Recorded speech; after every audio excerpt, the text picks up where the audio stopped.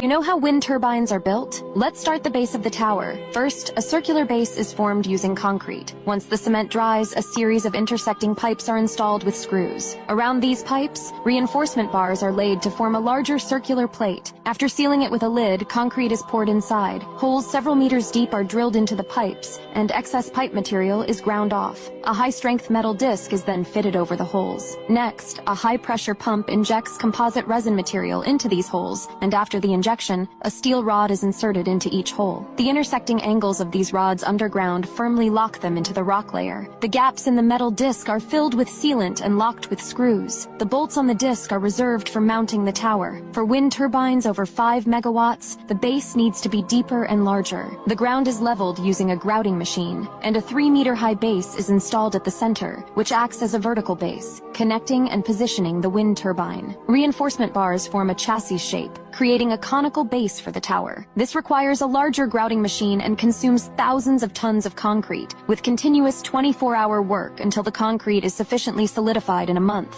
The base is then buried with soil. Next to the turbine base, a trench is dug for laying cables that transmit electricity. The other end of the cable is connected to the wind turbine substation. The substation manages, transforms, transmits, and distributes the electricity generated by multiple wind turbines, ultimately connecting to the national grid. Once everything is ready, the wind turbine assembly can begin. The blades, typically over 40 meters long, are the most challenging to transport, requiring specially equipped trucks and experienced drivers. The tower is transported in sections and assembled on site with 2 cranes. One uses a special hook, and the other uses steel ropes to lift and vertically flip the column. After aligning and tightening each screw, workers enter the scene.